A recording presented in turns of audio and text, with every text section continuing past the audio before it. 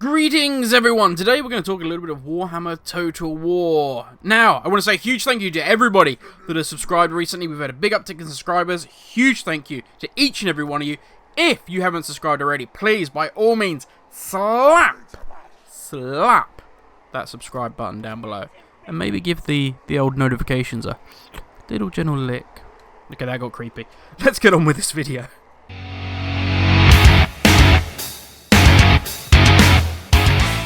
So now we got that out of the way. My good friend and I, Mr. Matt, have been playing a lot of Warhammer Total War. And I am a huge fan of Warhammer. Have been ever since I was... God. I remember I saw White Dwarf, we were in the store, and I saw the White Dwarf magazine, and it was covering Nagash and the Undead. And that was the moment. I was hooked. I literally saw that front cover, and I was like, this is for me. This is for me. And bought that episode, or bought that issue, went home, read everything I could. Literally that weekend, I went to my first Games Workshop, and bought the Nagash, or the Undead rulebook. Read all of the lore. It's the lore that fascinated me. It was the lore that hooked me. And that was it. I was buying it left, right, and centre. Eventually got into Warhammer 40k and so on and so forth.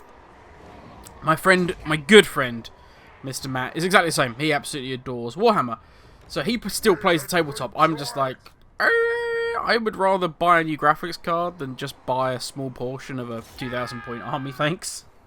You know, the Warhammer stuff now is so expensive, it's crazy. And I'm not a massive fan of the Age of Sigmar changes. But I'm glad the Undead are back. I'm glad Nagash is back in charge as the big bad. But, yeah, I'm not a huge fan of the Old World was destroyed and so on and so forth. But anyway, this is a positive one. We're not going negative.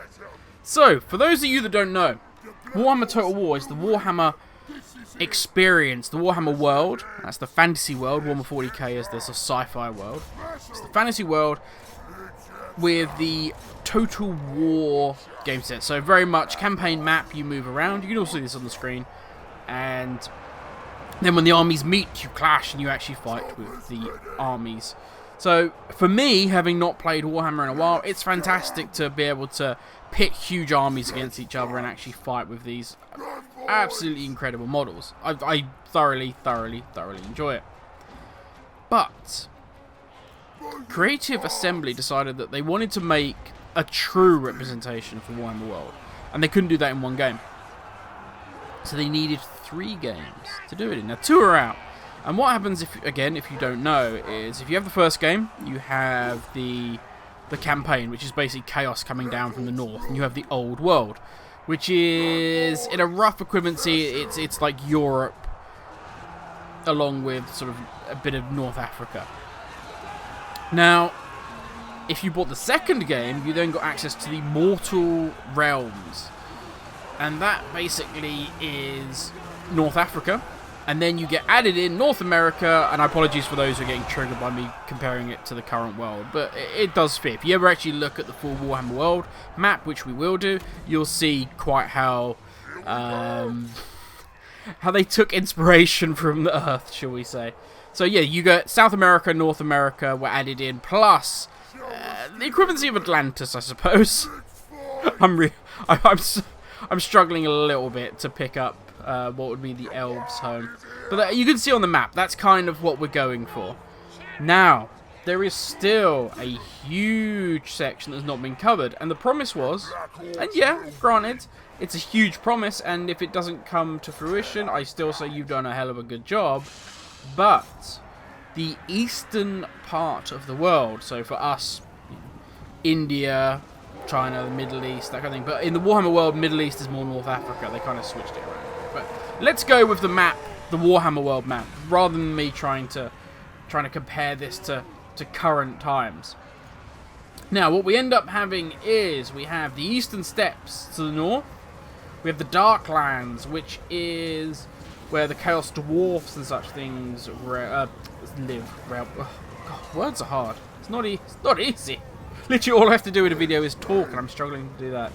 The Ogre Kingdoms, Great Cathedral, the Kingdoms of the Hinterlands of Katish, Nippon, and various others. Now, they have said for Warhammer 3 we are going to have all of the armies. I'm not entirely sure how that's going to work, mainly because anybody that's actually played the Mortal Realms campaign will know that when you've done your turn, especially the beginning, so you play your turn, you move your soldiers about, you then have to wait for all the other factions to go through. And even with, there's an add-on or a mod you can get, which I'm not a huge fan because it does delete a lot of the periphery factions that aren't in your immediate area. It does speed up the process quite considerably.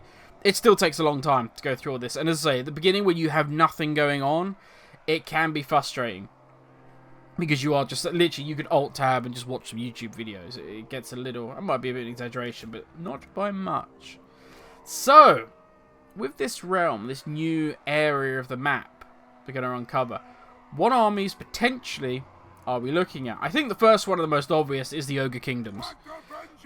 Which is basically massive barbarians riding mammoths and saber-toothed tigers. And it's just, they're like, I suppose the best way you could describe them are like a kind of Neanderthal-esque army. Which, I suppose, I mean, what have we currently got? The Norsemen would be the closest equivalency, I would guess. But the Ogre Kingdoms are not in any way bound by an allegiance to chaos. What is the Demons Chaos. So they're not really, there's no realm which you would call them. They're kind of like the Beast Men. And they just kind of like going around and causing trouble. The difference is, and I'm not sure how they'll make this work, it's easily doable, they have an army roster and everything else, but they're pure energy. So once, and this we'll touch upon a little bit later, but the reason this is interesting is because the Demons of Chaos can only appear if there's a huge build-up of chaos energy in the world. If the chaos is strong, then more and more of these demons appear. So, to have this army actually appear, chaos is going to need to be in the ascendancy. Now that's something that will be interesting for the campaign, and we'll get onto that in a second. The next, and is one of the armies I'm probably, out of this list, I would say that I'm probably most interested in, and that's the Celestial Dragon Empire. Now, basically, believe it or not, they're actually the biggest human empire in the whole of the Warhammer world. But you hardly ever see them. They're ruled by the Celestial Dragon Emperor, who, if you look at the rules and description, is either kind of a dragon or an immortal or whatever. But they have some crazy, just fun units. So, it's kind of, they're very, obviously, you know, monks and samurais and that sort of thing. So kind of think they've got the Celestial Dragon Monks, Shogun Wizards, Jade Lions. You got like lightning spewing unicorns and stuff.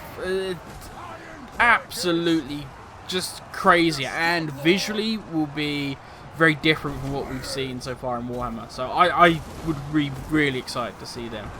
The next one, which I would definitely go for, would be the Hobgoblin Empire. The Hobgoblin Empire rules the Eastern Steppes. And they're basically green-skinned tribes, but they're more... they're more like the Mongolian hordes. They're... you're gonna love this. So the green-skinned tribes in the Eastern Steppes, they pledge allegiance to the mighty Hobgoblin Khan. I know. Like, who wouldn't want to play that? I would love to take over the world as the mighty Hobgoblin Khan. And the last one, which is one I'm not hugely... I'm not very well versed with them. I've never seen an army roster for them or anything else. But the next one is the Serpent Men. Yeah, believe it or not, there are Serpent Men in the Warhammer verse. Quite whether they're going to be in it, I don't know. They may well be. They would be kind of more on the chaos side. They just cause chaos and madness and death, basically. So they're interesting, but whether they'll be too close to the Lizard Men, I understand that in terms of their motivation, they're not very different from the Lizard Men. But I suppose it could be an evil version of the Lizard Men if you fancy playing that. So that could be interesting. Now, we touched upon it on the Demons of Chaos. very much, I think this is going to be the kind of the end of the old world in terms of the campaign. Now, if you don't know what happened, I'm not going to go into depth on it. Look it up by all means. But in essence, the world we know, the Warhammer old world, and I don't mean that by the area primarily composed of where the Empire is. I mean literally this world, like the planet Earth that we are stood upon, is destroyed. And the character I played quite a lot in Warhammer kind of is quite instrumental in it, which is Manfred from Karstein.